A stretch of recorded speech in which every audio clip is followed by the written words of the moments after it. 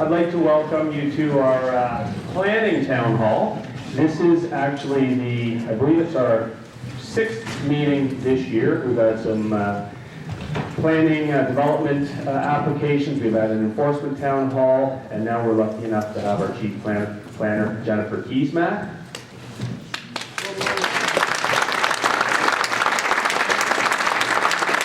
And as an added bonus, I brought our top city solicitor, Brendan O'Callaghan, who actually,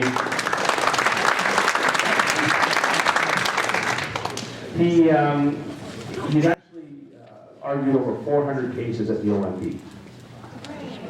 So I thought it would be great to hear what our chief planner's vision is for the city, and then after she takes some questions and gives some answers, then Brendan can give you a little bit of a lowdown on the OMB.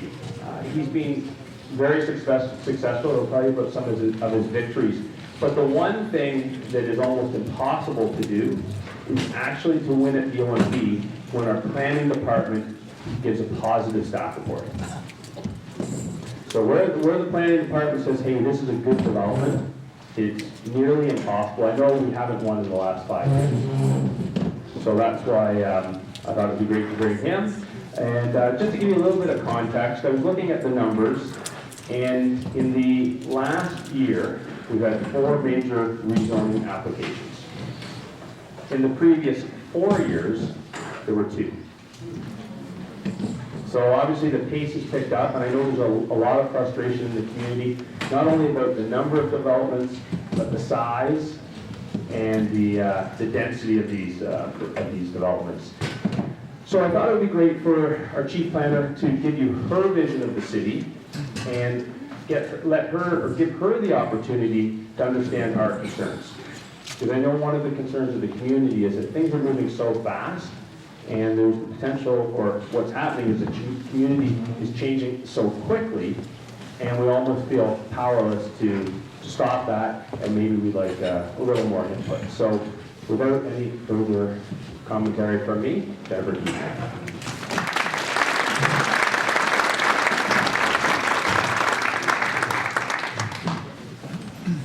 Thank you very much, Councillor. It is great to see so many of you out here read snow. Did you see the snow out there? It's finally winter. There's snow this evening.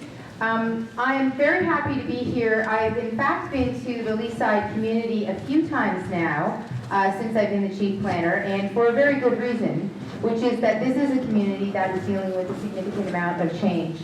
And there are other communities in the city that also are dealing with a significant amount of change. But in Leaside, that change is relatively new. And it's very challenging when that change is new. So I'm going to talk to you a little bit tonight about a few different things. I'm going to begin by talking a little bit about some of our planning policy framework. Then I'm going to talk a little bit about neighborhoods and some of our neighborhood plans. I'll talk a little bit about the Committee of Adjustment and some work we're doing around addressing some of the challenges that we face with the Committee of Adjustment. Then I will speak a little bit about heritage conservation districts, because of course the Leaside area has been identified as a candidate area for the study of a heritage conservation district. And then lastly, Growing Conversations, which is an initiative in city planning that's all about how we broaden and deepen the collaboration and engagement with residents in this city. I'll begin by just showing you the land use map. How many people here have seen this before? You've seen the official plan in one way or the other? So maybe about 1/10 of the room. This is the governing regulatory document in the City of Toronto. It's actually the one document that in fact transitions from one city council to the next. Every other document in fact doesn't have regulatory status, but the official plan does, because it is approved by the province.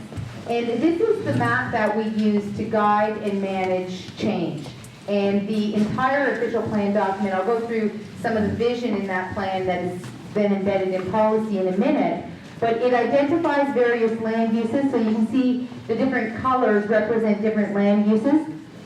75% of the City of Toronto is actually that light yellow, 75%. And that is in fact our low density residential neighborhoods. And those are the areas where we don't expect a significant amount of change. Most of the change that happens in those yellow areas, in fact, happens as a result of community of adjustment, minor changes to properties. So 75% of the city are areas where change does not take place. And this is really important because a critical part of the structure of our official plan is being really clear about where change will take place and where change won't take place. So some of the other colors that you see that are important on this map are the red, which is the mixed-use areas. And those are areas where we direct growth for a whole variety of reasons. Our centers are red, areas along our avenues are red as well. The areas that you see in purple there are our employment areas. Of course, green you see is ravine, and there's also another color of green that is park space. 25% of a significant amount of the land area in the city is also dedicated to roads as well. So when you take out the roads and you take out the yellow, the areas where we in fact expect intensification are actually relatively small within the city. But those are the areas where we expect growth and where we expect change as we continue to intensify. I'm just going to walk through the next slide a little bit about this official plan vision. And this is really important because this is what we're seeking to achieve in our official plan policies. And the policies get really detailed, right down to area-specific policies and secondary plans. But the high-level policies have shared objectives that we're seeking to achieve when we get into the detail. And the first is vibrant neighborhoods that are part of complete communities. Now, this is in fact a little bit different from how Leaside was traditionally designed, because Leaside was, of course, designed as one of the very first, really one of the first in the nation, planned suburbs, where there was very rigid zoning separating where the employment was, where the industrial was, from where the residential was. The idea behind the official plan vision today is based on a very different idea, which is the idea that the extent to which we can mix up uses, we can then create walkable communities, places where people have a variety of things to do within walking distance of home. So creating complete communities is actually a key critical priority in the City of Toronto, and it's one of the reasons why in low density areas we're adding density so that we can add the critical mass that will allow for there to be a variety of uses within walking distance of home. Recognizing that not all trips are going to take place walking, but some trips will. And in fact, the vast majority of trips in the City of Toronto are under 5 kilometers. So the extent to which we can transfer some of those trips into walking and onto transit is a critical part of creating a sustainable city. Another critical part of the official plan vision is affordable housing choices that meet the needs of everyone throughout their lives. This means that there are areas of the city where it's really critical to add more housing choice. So areas where we only have one housing typology, we're adding additional kinds of housing into those neighborhoods. One of the best examples that I like to talk about is on the other side of the city in Etobicoke, where around the Humbertown neighborhood, essentially you had, stately single-family homes. And in fact, as a result of the redevelopment of the Humbertown Shopping Plaza, we're now introducing a whole variety of destinations right within walking distance of an area that really didn't have the design or the amenity to allow to do things on foot in your neighborhood. That's the opportunity. There's lots of opportunity in this area as well, and I'll talk about that a little bit more in a minute. Another key objective is attractive tree-lined streets with shops and housing that are made for walking. I've talked a bit about that already. And also a comprehensive and high-quality affordable transit system that lets people move around the city quickly and conveniently. We know that the only reason our city works today is because of transit. You take transit out and it just becomes one big chaotic mess. In fact, most people are shocked to hear that 68% of the trips into the core of the downtown are in fact on transit. We know that transit is the backbone to the livability of a rapidly growing, dense urban place. So getting that transit right is a really critical part of the vision for the city, and of course the Eglinton Crosstown is a really important part of that vision. We also recognize the importance of a strong and competitive economy with a vital downtown that both creates and sustains well-paid, stable, safe, and fulfilling employment opportunities for all Torontonians. On this basis, there's a real emphasis in the context of the work that economic development does around attracting high-quality jobs to the city, as well as protecting our employment lands so that there are a diversity of types of jobs in the city.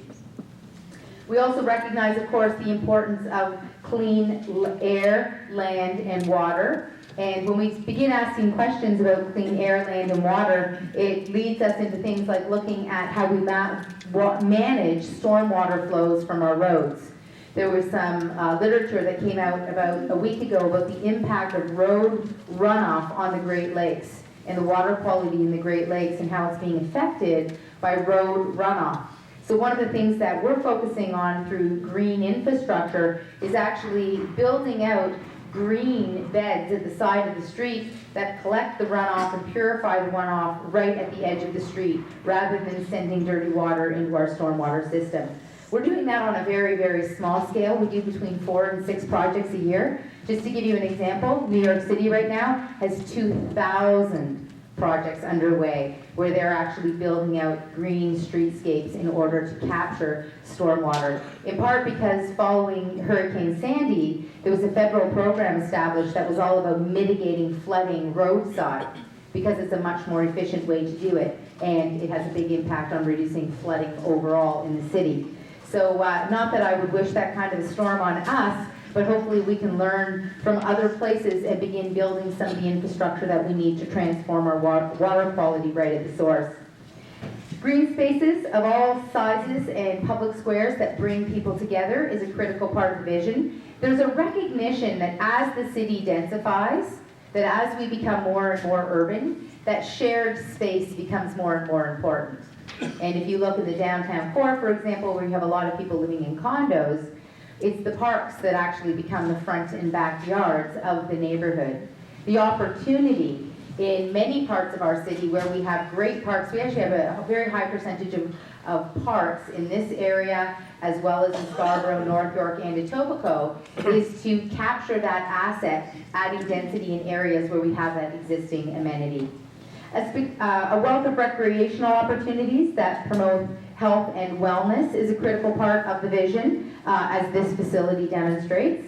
And a spectacular waterfront that is healthy, diverse, public, and beautiful. And there's a whole ream of policies in the official plan that speak specifically to the waterfront as a critical asset that is to be respected and enhanced as neighborhoods and places for people, both as a city amenity, but also as a regional amenity.